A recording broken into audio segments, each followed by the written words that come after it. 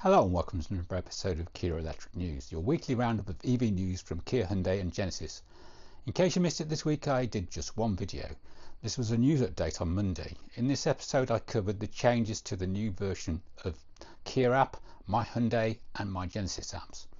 I also covered the fact that some EV3 service intervals have been set to 10,000 miles and 1 year instead of 20,000 miles and 2 years.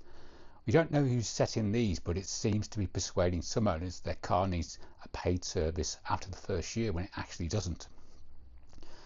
I also covered the fact that plug and charge on Kia only seems to support a single certificate from one supplier. So if you want to install Electroverse, then you have to remove the Kia charge first if you have it installed.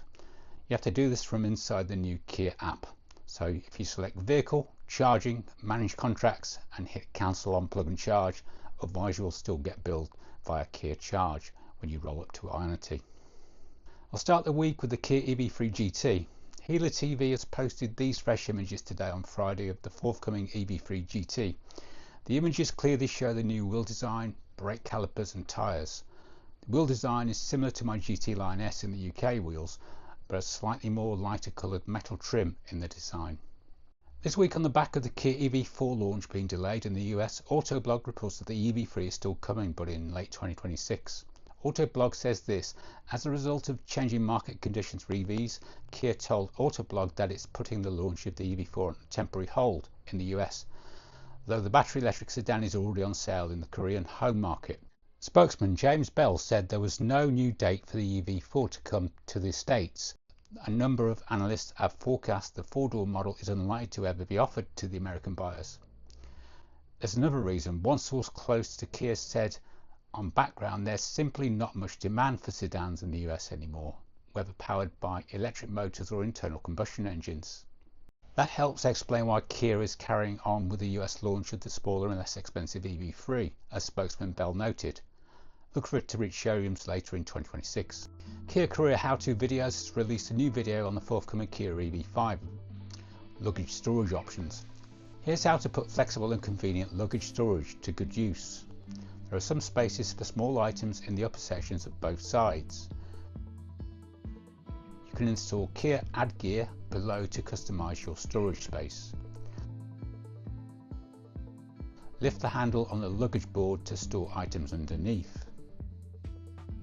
Pull the raised board down to expand the luggage room. Lower the rear armrest, then pull the hatch handle to use the carrying long narrow cargo for long or narrow cargo.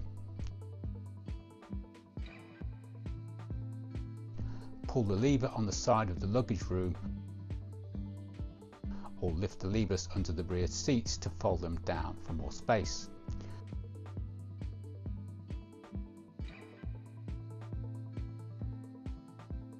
You can also use the vehicle to load outlet to power your devices.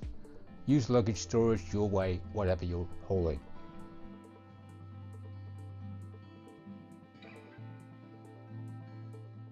This week, Kia in the EU and UK announced that you'll soon be able to purchase Disney car display themes. 5 franchises will roll out by 2025 with up to 30 individual themes available by the end of 2026. Available on models equipped with Kia CCNC infotainment system, the new themes offer a wide range of immersive experiences inspired by the worlds of Disney, Pixar, Marvel, National Geographic and Star Wars. From The Lion King and Toy Story to The Avengers and The Mandalorian, these themes transform the interior into a visually rich environment, creating powerful shared moments and emotional connections for drivers and passengers alike. Themes featuring Marvel's Avengers, Disney's Mickey and Friends and Pixar's Toy Story are among the first to roll out. The Kia Connect store will host a dedicated Disney section where users can access the available themes. These Disney themes will cost £18 in the UK, linking to a specific vehicle rather than user account. These 5 franchises, Disney, Marvel, Pixar, Star Wars and National Geographic, will each have at least one theme launched in the US, Europe and Korea by 2025. Display themes are only available on models that have the selected CCNC connected car navigation cockpit based infotainment system. An active Kia Connect subscription is required to utilise display themes. Without the active Kia Connect subscription, display themes will not be operational. Once purchased, display themes are limited to use on the specific vehicle tied to purchase and cannot be transferred to other vehicles. From reading through the notes on the themes landing page of the web version of the Kia Connect store, it says for the moment only Kia EV4, EV5 and Sportage will have access to the themes. Inside EVs reports that Waymo's Hyundai Ioniq 5 robotaxis have hit the road for testing. Your next Waymo could be a Hyundai Ioniq 5. We've known for a while now that the popular electric crossover would hit the driverless car company's autonomous fleet, and now it's one step closer. Waymo has begun manual testing of the Ioniq 5s equipped with the 6th generation autonomous driving technology in San Francisco. This week in an article in Carscoops claims you apparently need permission to change your own brake pads on the Ioniq 5N. Two recent posts on Reddit's Ioniq 5N community have ignited a fierce debate. There, an owner claims Hyundai has drawn the battle lines. He'd set out to replace his rear brake pads, something he says he's done countless times before on other vehicles, but soon discovered the automaker's diagnostic tools had other plans. According to the post, Hyundai's digital systems effectively lock out anyone who isn't a certified technician from performing even basic maintenance. The rear brake pads are affected by the electric parking brake. To replace them, one must disengage the brake and get it to retract completely. So not just releasing it, but there's a special mode. Otherwise, the new pads just won't fit. In addition, the car needs a diagnostic tool to recalibrate the motor on how far to move with the new pads in place. In other words, even if you could manually disengage the parking brake, the car would still need calibration to work properly. The only way to accomplish this is to allegedly use Hyundai's J2534 diagnostic tool, a Windows-based application available only through the automaker's tech info portal. The owner says the software requires a $60 weekly subscription and a 2000 plus approved hardware adapter and a constant internet connection for authentication. Even then, it probably doesn't work properly on the newer models like the 2025 Ioniq 5N. And even after purchasing that software tool, is then being refused permission because it's not a business, and also the tool does not work anyway. Dealerships use a completely different Android app that does work, which he has no access to. This tramples over any right to repair. This is very similar to the way that the Renault Zoe had its brake bleeding system, where you had to use diagnostic tools to make it auto bleed. So it's not the first time it's happened, and it won't be the last. On Friday, Kia announced the completion of its first PBV production plant in Hwaseong. Kia held a ceremony for completion of Hwaseong EVO Plant East and groundbreaking for EVO Plant West at Autoland Hwaseong. Customized vehicle production and eco-friendly technologies adopted to establish Hyundai Motor Group's first PBV production hub. Kia is to invest $4 trillion in approximately 297,000 square metre site to secure a combined annual production capacity of 250,000 PBV units. Kia is also launching its dedicated PBV conversion centre in collaboration with strategic partners to develop specialised PBV models. Built on a 63,728 square metre site, the conversion centre will produce a wide range of customised models based on Kia's first PBV model, the PV5, including open bed trucks, box vans and camping vehicles. The centre will also develop and produce additional conversion models based on the upcoming PBVs such as the PV7. It will serve as a strategic base for the expansion of Kia's PBV business. This week, Kia Korea how-to videos released 3 new PV5 videos. The first was about the surround view monitor, parking collision avoidance and parking distance warnings. The second was about PV5 over-the-air updates, and the third was about how to charge the PV5. Kia has announced the world premiere of the Kia PV5 chassis cab will take place at Solutrans 2025 in Lyon, France at 11:30 AM on the 18th of November. Kia will introduce the new Kia business ecosystem, a comprehensive professional suite of digital and charging services designed to simplify fleet management and accelerate electrification for business customers. Key services include the Kia Business Portal, Kia's fleet management system, business mode in the Kia app and Kia Charge for Business. Kia Canada has finally released updated Canadian maps and infotainment to download. This brings the maps up to version 18 to match the rest of the world. The small amount of changes listed seem to be identical to the US version and only applicable to the CCNC head units. Hyundai Canada also released updated maps for Hyundai and Genesis at the same time. In the UK, the facelifted EV6 is getting a new over-the-air update for the CCU. The CCU is the Central Communications Unit.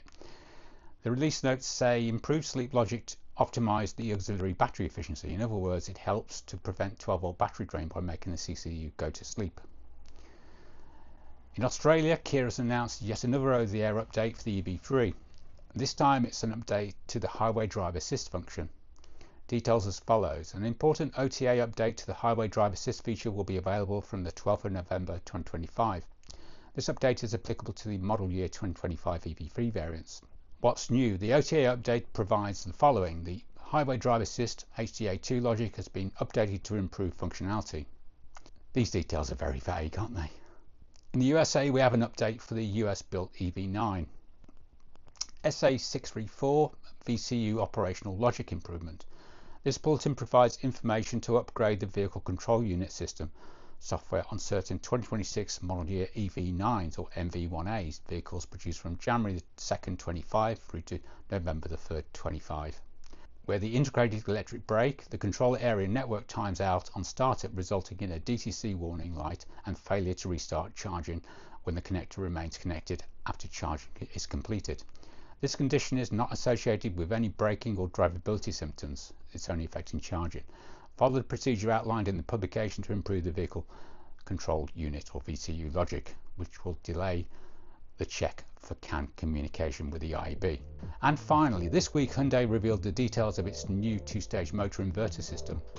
This system can already be found in the Hyundai Ioniq 9, I think, and also in the brand new Ioniq 6N, apparently. High efficiency in everyday driving, instantaneous high power when accelerating.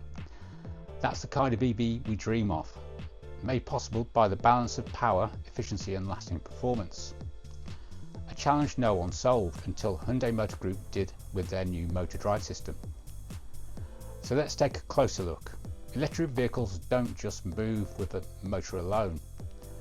The motor drive system consists of three key parts: the motor, the reducer and the inverter. The motor generates torque, the reducer transfers that torque to the wheels, and the inverter, the conductor of the system, converts the battery's DC power into AC power for the motor, precisely controlling how and when that power is used. The inverter consists of semiconductor-based switches. When the switches are closed, current flows. When they're open, it doesn't. Depending on the rhythm and pattern of the switches, the motor rotates and moves the vehicle forward. When AC current flows through the motor coils, it creates a magnetic field that constantly changes as the current alternates. This shifting magnetic field pushes and pulls the magnetized rotor at the motor center, causing it to spin. Now let's talk about power. Power output is determined by voltage and current. To increase the drive motor's power, you can increase the battery voltage or adjust the motor's characteristics to increase current. Usually it's the latter, but increasing current makes the motor drive system larger and heavier, and heat management becomes more difficult. Also, when designed mainly for high power output, efficiency drops significantly during everyday city driving. That's where the inverter plays a crucial role. While it doesn't increase battery voltage itself, the way it applies and controls that voltage greatly affects the power. And we developed an innovative system that expands the usable voltage range by increasing voltage utilization. Conventional inverters use 6 switches, often employing silicon carbide semiconductors, a high efficiency but costly material. We added 6 silicon switches, creating a total of 12 switches in our new system. As a result, the voltage that can be applied to the motor increased by about 70%. By doubling the number of inverter switches connected to the single motor, we were able to apply higher voltage levels. In regular driving, only the silicon carbide switch set is used to maintain high efficiency. In high speed or high output power conditions, both switch sets operate together. It's more than just adding parts. It's a fundamental transformation of the entire control system architecture. When more switches are added, a completely new level of coordination between them becomes necessary. like two riders on a tandem bicycle who must pedal in perfect sync to move forward. A conventional 6-switch inverter divides them into upper and lower sets for 3 phases, operating in 8 different combinations under strict switching rules.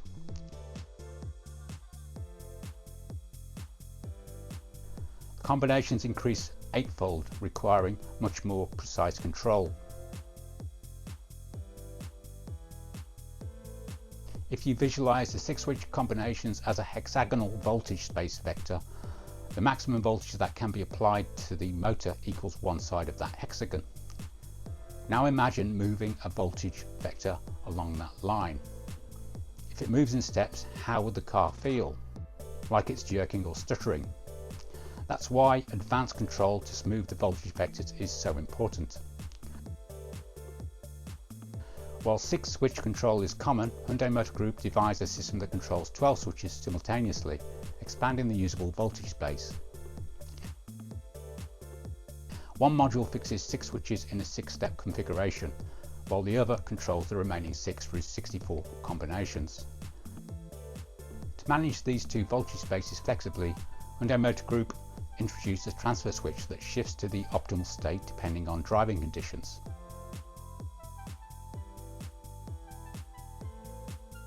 Transfer switch precise control allows smooth mode transitions, providing strong power during acceleration and high efficiency during regular and long distance driving.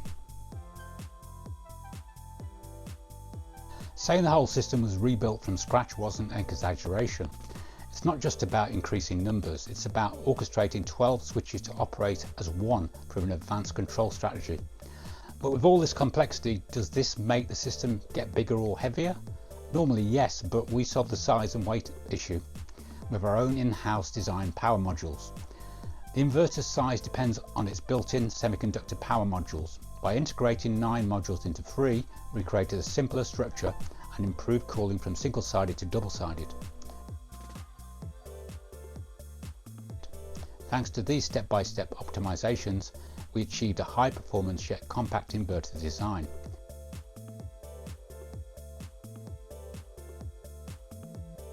This is only the beginning. The technology will expand to more vehicle types and soon it will be on roads everywhere as EVs become part of everyday life. That's all for this week. As usual, links to all source stories and videos can be found in the show notes in the video description. Thanks for all the comments and likes, and welcome new subscribers. Welcome to new channel members X-Corp ITXF and Tom Warren. Big thanks to my channel members for your invaluable financial support. It's much appreciated.